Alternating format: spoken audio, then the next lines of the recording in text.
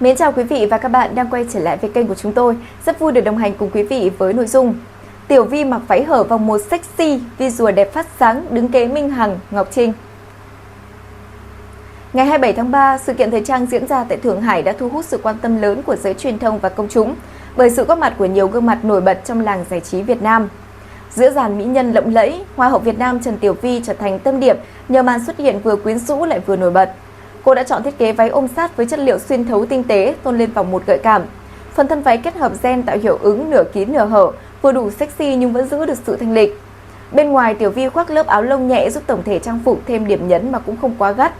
Kiểu tóc xoăn nhẹ cùng với layout make up căng bóng lại càng làm nổi bật đường nét gương mặt thanh tú và nụ cười rạng rỡ, vốn luôn là vũ khí mạnh nhất của nàng hậu. Hình ảnh và video của Tiểu Vi trên thảm đỏ đã nhanh chóng lan truyền trên mạng xã hội, nhận về hàng loạt những bình luận khen ngợi visual phát sáng. Đứng cạnh hai đàn chị nổi tiếng Minh Hằng và Ngọc Trinh, nàng hậu sinh năm 2000 không hề bị lu mờ, thậm chí còn nổi bật nhờ sự tự tin và thần thái sang trọng. Sự xuất hiện lần này một lần nữa khẳng định vị thế của Hoa hậu Tiểu Vi trong làng giải trí và cả giới thời trang Việt Nam.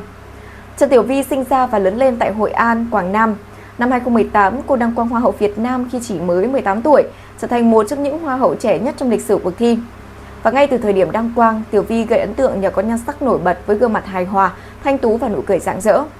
Không chỉ dừng lại ở đấu trường trong nước, Tiểu Vi đã đại diện cho Việt Nam tham gia Miss World 2018 và lọt vào top 30 chung cuộc. Tại cuộc thi này, cô còn ghi dấu ấn ở nhiều phần thi phụ, thể hiện hình ảnh một Hoa hậu trẻ trung, năng động và tự tin trên sân khấu quốc tế. Sau đăng quang, Tiểu Vi liên tục được công chúng nhắc đến và nhận được rất nhiều danh xưng ấn tượng như là Hoa hậu đẹp nhất Việt Nam hay là Hoa hậu của các Hoa hậu. Năm 2022, cô 2 lần đoạt được hạng mục Best Face, gương mặt của năm, chứng tỏ sức hút đặc biệt của nhan sắc này trong mắt giới chuyên môn lẫn cả khán giả. Không chỉ gây chú ý trong nước, Tiểu Vi còn được trang sắc đẹp quốc tế Global Beauty xếp vào danh sách top 50 Miss Grand Slam 2018, bảng xếp hạng nhằm tìm ra cô gái đẹp nhất thế giới trong năm, dù không sở hữu danh hiệu quốc tế nào. Nhan sắc của Tiểu Vi được nhận xét là có sự giao thoa giữa nét đẹp hiện đại và vẻ đẹp Á Đông truyền thống. Gương mặt sắc sảo, ánh mắt cuốn hút cùng với khuôn miệng thanh tú đã tạo nên tổng thể hài hòa và dễ nhận diện. Bà Phạm Kim Dung từng dành lời khen đặc biệt khi mà gọi Tiểu Vi là nhan sắc ngàn năm có một tại Việt Nam, khẳng định vị thế và sức hút cực lớn lâu dài của nàng hậu trong làng sắc đẹp. Sự kiện tại Thượng Hải không chỉ là dịp để Tiểu Vi tỏa sáng về phong cách mà còn là minh chứng cho sức ảnh hưởng và đẳng cấp của cô trong làng giải trí Việt. Thần thái tự tin, gu thời trang tinh tế và nhan sắc nổi bật giúp nàng hậu đứng vững cạnh những tên tuổi cực kỳ lớn, khẳng định cô không chỉ là Hoa hậu của Việt Nam mà còn là biểu tượng sắc đẹp cho sự trẻ trung, hiện đại, được giới chuyên môn và công chúng đánh giá cao. Tiểu Vi tiếp tục chứng minh rằng dù tuổi đời còn khá trẻ, cô đã đủ tầm vóc để sánh vai cùng những ngôi sao hàng đầu trong làng giải trí và thời trang.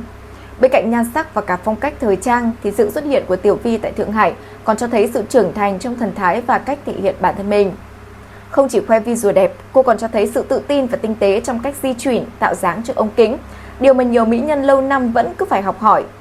Việc đứng cạnh Minh Hằng và Ngọc Trinh, hai đàn chị cực kỳ nổi tiếng với phong cách gợi cảm và cá tính mạnh mẽ, thế nhưng vẫn tỏa sáng cho thấy Hoa hậu Tiểu Vi đã tìm được dấu ấn riêng, đủ sức nổi bật mà không cần phải chạy theo bất cứ hình mẫu nào. Sự kiện này cũng đã làm minh chứng cho quá trình phát triển bền vững của Tiểu Vi kể từ khi cô đăng quang Hoa hậu Việt Nam năm 2018. Cô đã không chỉ tập trung vào nhan sắc mà còn tích cực tham gia các dự án cộng đồng, quảng bá hình ảnh Việt Nam ra quốc tế và thử sức ở nhiều lĩnh vực khác nhau như thời trang, điện ảnh và truyền hình. Điều này giúp nàng hậu ghi điểm không chỉ ở vẻ đẹp hình thể mà còn ở cả hình ảnh chuyên nghiệp, đa năng và đầy sức cuốn hút. Vừa rồi là những thông tin mới nhất để cập nhật trên kênh của chúng tôi. Cảm ơn quý vị đã quan tâm theo dõi. Xin chào và hẹn gặp lại!